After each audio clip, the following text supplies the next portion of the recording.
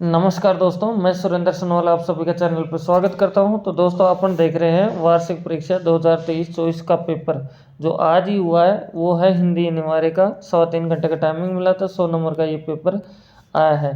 तो दोस्तों अपन चलते हैं क्वेश्चनों पे, आप वीडियो में बने रहें। मैं पूरी आंसर की आपको बताने वाला हूँ। जिनका पेपर हो गया उनके लिए आंसर की, जिनका नहीं हुआ है उनके लिए सेम पैटर्न पे ऐसा ही पेपर आएगा। तो सभी आप देखते एक बार। तो फर्स्ट क्वेश्चन पर चलते हैं। तो फर्स्ट क्वेश्चन में क्या दिया हुआ है देखेंगे आप लोग।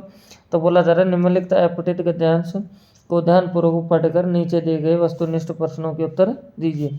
तो इस गद्यांश को ध्यान से पढ़ना है दोस्तों, एक बार अच्छे से। मैंने आपका टाइम बचाने के लिए पहले ही पढ़ लिया है। तो मैं अभी फिलहाल में आपको आंसर बता देता हूँ। इनके आंसर क्या होंगे। तो ए में चलते हैं। तो इसमें बोला जा रहा है गद्यांश का उपयुक्त शीर्षक है। तो इसका शीर्षक है आपका हिंदी का सर्वश्रेष्ठ कवि। ब में आपको दे रखा हमारी जातीय जनजागरण के सर्वश्रेष्ठ कवि हैं। तो इसका ब का आंसर आ जाएगा तुलसीदास। फिर स में चलते हैं। तो बोला जा रहा है तुलसी का मूल संदेश है। तो तुलसी का क्या मूल संदेश है। तो इसका है मानव प्रेम। तो अब चलते हैं अपन लोग आगे नेक्स्ट क्वेश्चन के ऊपर। तो द आता है और द में दे रखा है तुलसी के काव्य की आधारशिला है। तो ये अपन से पूछा जा रहा है। तो इसमें आंसर होगा जनता की एकता। फिर है सांप्रदायिक शब्द में मूल शब्द है। तो इसमें होगा संप्रदाय। फिर र में क्या तरीका तुलसी का साहित्य हमें सिखाता है। तो हमें क्या सिखाता है ये। तो यहाँ आंसर हो जाएगा भेदभाव से संघर्ष करना। इस तरह से पहला क्वेश्चन अपना हो जाता है। अब चलते हैं दूसरे क्वेश्चन में। तो दूसरा क्वेश्चन में क्या दे रखा है देख सकते हैं आप लोग। तो लिखा हुआ है यहाँ से कि निम्नलिखित अपठित काव्यांश को, पहले इससे पहले फर्स्ट क्वेश्चन में क्या था अपठित गद्यांश, अब क्या आ गया काव्यांश। बोला जा रहा है को ध्यानपूर्वक पढ़कर नीचे दिए गए वस्तुनिष्ठ प्रश्नों के उत्तर दीजिए। तो इस काव्यांश को आप थोड़ा सा अच्छे से पढ़ लें और समझ लें कि क्या दिया गया है आपको, और इस पे जो क्वेश्चन है उनके फिर जवाब दो। तो मैं अभी फिलहाल में आपको मैं बता देता हूँ आंसर। तो जिसमें ये बोला जा रहा है क्या देख सकते हैं आप लोग कि कवि अपने आप को क्या मानता है। तो कवि अपने आप को दास मानता है। फिर बोला जा रहा है कवि के पास क्षण भर को भी क्या नहीं रुक पाएगा। तो ये आपका निराशा, क्या होगा निराशा। फिर आपसे क्या बोला जा रहा है कवि ने अपने वक्ष को कैसा बताया है। तो इसका आंसर हो जाएगा नाग दंशों से न डरने वाला। तो दोस्तों अब चलते हैं आगे वाले क्वेश्चनों पे। तो आगे क्वेश्चन आता है अपने पास में द, जिसमें बोला जा रहा है उपयुक्त काव्यांश का उचित शीर्षक है। ये अपन से बोला जा रहा है। तो इसके आंसर में अपन लोग कर देंगे आत्मविश्वास। फिर आएगा यहाँ वक्ष शब्द का अर्थ है। तो यहाँ है छाती।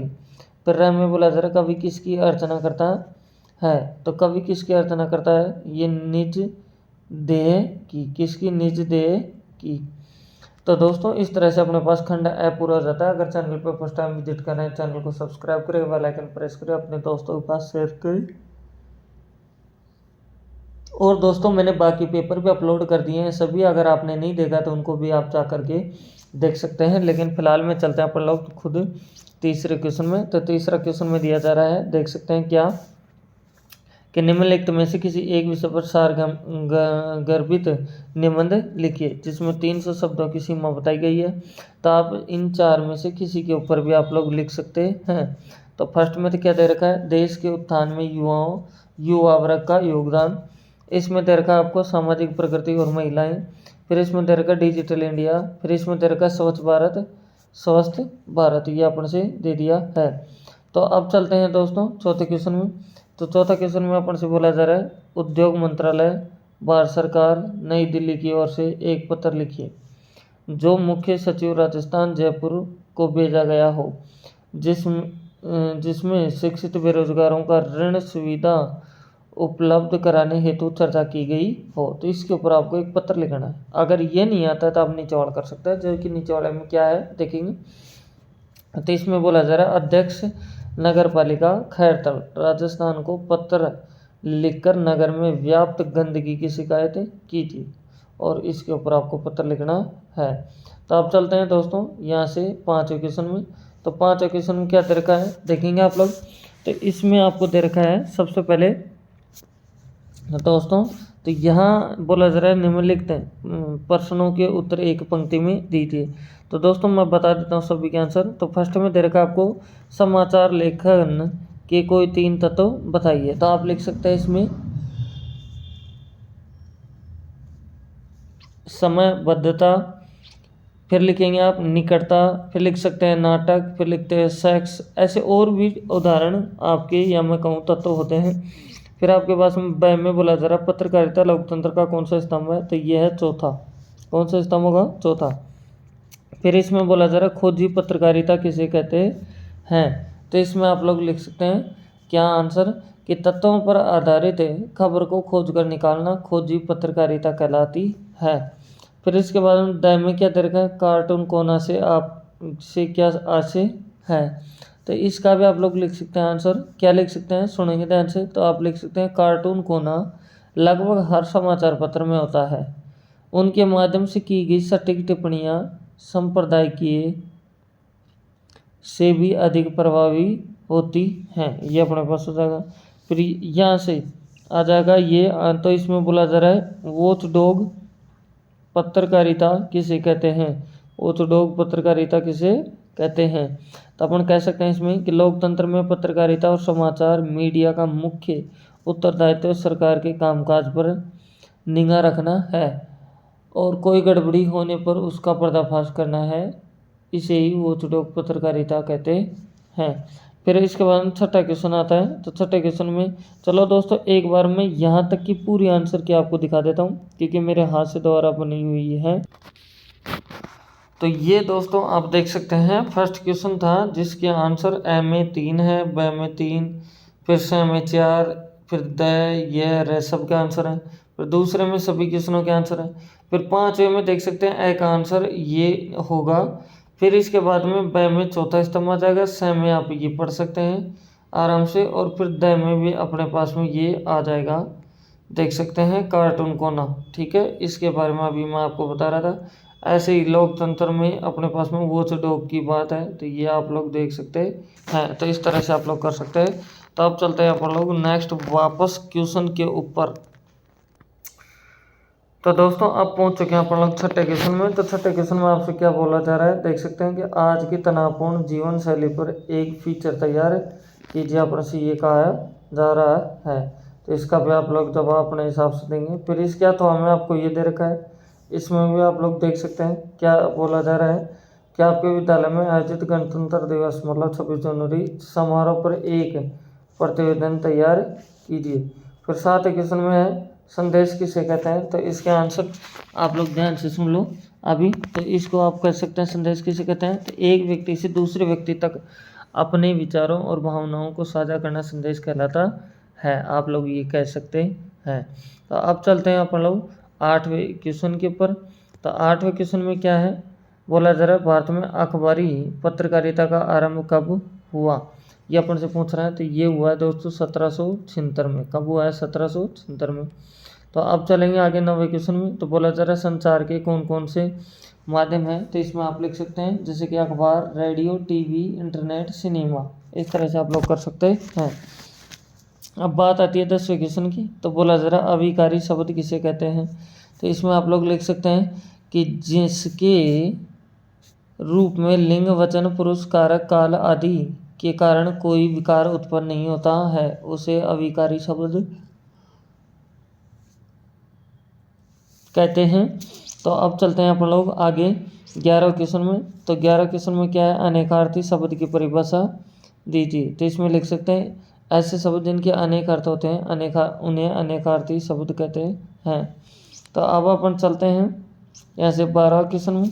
तो 12वें क्वेश्चन में आपसे दे रखा है कि काव्यांश के लिए एक शब्द लिखिए जिसमें अपन से बोला जा रहा है जिसका कोई अनंत न हो, तो इसका मतलब होगा अनंत। क्या आंसर हो जाएगा, अनंत। ठीक है। अब 13वां क्वेश्चन है वाक्य किसे कहते हैं, ये बोला जा रहा है वाक्य किसे कहते हैं। तो इसका आंसर आप लोग आराम से कर सकते हैं कि शब्दों के सार्थक मेल को ही क्या कहते हैं, वाक्य कहते हैं। अब चलेंगे दोस्तों खंड ग में। तो यहाँ से फिर से आप देख सकते हैं जिसमें तेरे करने में लिखते गद्यांश के साथ प्रसंग व्याख्या कीजिए। तो इस गद्यांश को आप लोग ध्यान से पढ़ें और फिर आराम से आप लोग इसका जवाब दे सकते हैं। अगर ऊपर वाला आपसे नहीं आता है या नहीं होता है तो आप लोग इसके नीचे वाला गद्यांश भी करके इसके साथ प्रसंग व्याख्या कर सकते हैं। अब बात आती है आगे वाले क्वेश्चनों पे। तो इसमें अपने पास में दिया हुआ है कि क्या देख सकते हैं, यह अपने को यहाँ से ये तो आपने देख ही लिया है। अब मैं दोबारा आपको दिखा देता हूँ एक बार। आपने ये तो देख ही लिया है। तो अब चल रहे हैं अपन लोग 15 क्वेश्चन में। तो 15 क्वेश्चन भी सेम ही है, जिसमें बोला जा रहा है निम्नलिखित पद्यांश की सप्रसंग व्याख्या कीजिए। तो आप इस पद्यांश को पढ़ लीजिए और सप्रसंग व्याख्या आप लोग कर सकते हैं। इसके अथवा में ये जा रहा है, ये देख सकते हैं 16 क्वेश्चन है। तो इसमें आप लोग देखें, तो इसमें बोला जा रहा है निम्नलिखित प्रश्नों के उत्तर एक विकल्प में दीजिए। तो फिर अपने पास में है यहाँ से क्वेश्चन नंबर फर्स्ट आता है इसका। तो बोला जा रहा है सत्यजीत राय किस प्रकार की फिल्मों के निर्माता थे। तो अब इसके अंदर आप लोग कर सकते हैं, तो क्या कर सकते हैं बताइए। तो इसमें आप लोग कर सकते हैं बंगाली मोशन पिक्चर।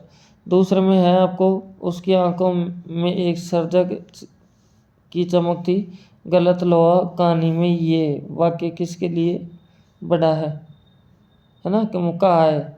ठीक है, तो ये किसके लिए कहा गया है।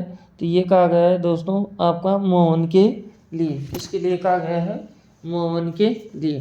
तो अब चलते हैं आगे इसके सह में। तो बोला जा रहा है जामुन का पेड़ कहानी में किस प्रकार व्यंग्य किया गया है। तो इसको कह सकते हैं हमारी राजनीतिक और प्रशासनिक व्यवस्था पर। द में है किसान सामान्यतः भारत माता का क्या अर्थ लेते हैं। तो किसान है जो सामान्यतः अपने देश की धरती इसको मानते हैं। तो अब आगे चलते हैं अपने पास में यहाँ से 17 क्वेश्चन में क्या है दोस्तों। बोला जा रहा है निम्नलिखित प्रश्नों के उत्तर दीजिए जिसकी सीमा है 20 से 30। फिर आय में आपको दे रखा है, क्या देखेंगे आप लोग, जिसमें कहा जा रहा है कि बादशाह के नाम का प्रसंग आते ही लेखिका की बातों में मियाँ नसरुद्दीन की दिलचस्पी क्यों ख़त्म हो गई, ये अपने से बोला जा रहा है। दूसरे में आपको विचार कीजिए, विचार ये तो क्या शान आपकी इस देश में थी और अब क्या हो गई है, कितने ऊंचे होकर आप कितने नीचे गिरे, आज से स्पष्ट कीजिए। ऐसे इसको आप लोग पढ़ सकते हैं आराम से। तो अब चलते हैं अपन लोग 16 क्वेश्चन में। तो 16 क्वेश्चन में क्या दे रखा है देख सकते हैं। तो इसमें बोला जा रहा है, नहीं सॉरी 18 क्वेश्चन है, जिसमें बोला जा रहा है एक आदर्शवादी नवयुवक के रूप में वंशीधर के चरित्र से हमें क्या शिक्षा मिलती है समझाइए। ठीक है, ये नहीं आता तो ये कर सकते हैं कि जामुन का पेड़ कहानी में संवेदनहीनता को अभिव्यक्ति मिलती है सिद्ध कीजिए। फिर इसके बाद में है अपने पास 19वां क्वेश्चन, जिसमें बोला जा रहा है कि रजनी संघर्षशील निर्भीक आधुनिक नारी है, रजनी की चारित्र के विशेषताओं के आधार पर लिखिए। फिर इसके बाद में अपने पास में ये आ रहा है, जिसमें बोला जा रहा है किसी फिल्म की शूटिंग करते समय फिल्मकार को किन किन समस्याओं का सामना करना पड़ता है समझाइए। अपन से ये बोल दिया है कि आप लोग ये समझाइए। तो अब मैं 20वें क्वेश्चन पर चलता हूँ। तो 20वां क्वेश्चन में क्या तरीका देख सकते हैं, निम्नलिखित प्रश्नों के उत्तर दीजिए। तो आपको दोस्तों ये 4 प्रश्न है, तो आप आराम से इनका जवाब दे सकते हैं, इनको पढ़ सकते हैं कि क्या कह रहे हैं। फिर इसके बाद में 21वां क्वेश्चन है। तो 21वें क्वेश्चन में अ है, तो इसमें बस है, ये 3 क्वेश्चन आपको दे रखे हैं। फिर अपन चल रहे हैं 22वें क्वेश्चन में। तो 22वें क्वेश्चन में क्या है दोस्तों, ध्यान से आप लोग देखेंगे। तो 22वें क्वेश्चन में आपसे दे रखा है कि क्या शिक्षा और संचार साधनों का प्रसार आदिवासी समाज के हित में नहीं है, अपने मौलिक विचार प्रकट कीजिए। तो आगे दे रखा है आपको क्या अथवा में इसका कि कबीर के एक स्वरीवादी तथा समाज सुधारक रूप को उदाहरण सहित समझाइए। ऐसे 23वां क्वेश्चन है, जिसमें बोला जा रहा है साय में धूप के जल में शायर ने कभी क्या कह दिया।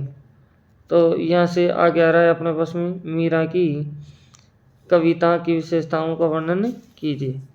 आगे ये अपने पास में चलते हैं। तो यहाँ अपना क्वेश्चन आ जाता है 24वां। तो 24वें क्वेश्चन में क्या दे रखा है देख सकते हैं आप लोग।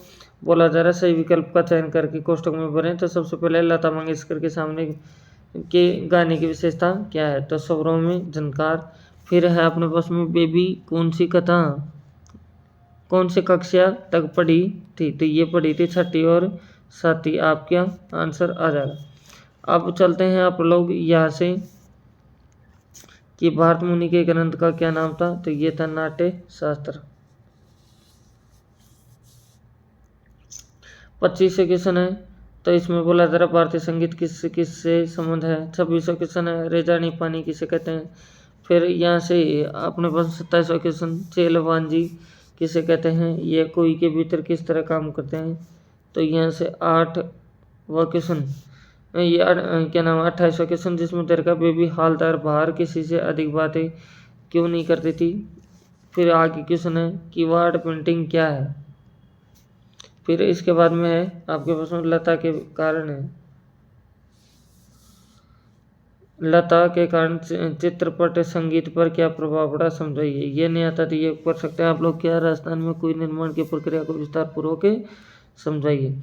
इस तरह से अपन को दे रखा है। तो दोस्तों इस तरह से पूरा पेपर होता है। अगर चैनल पर फर्स्ट टाइम विजिट कर रहे हैं तो चैनल को सब्सक्राइब करें, बेल आइकन प्रेस करें और अपने दोस्तों के पास शेयर करें। तो thank you, best of luck. फिर मिलते हैं नेक्स्ट वीडियो।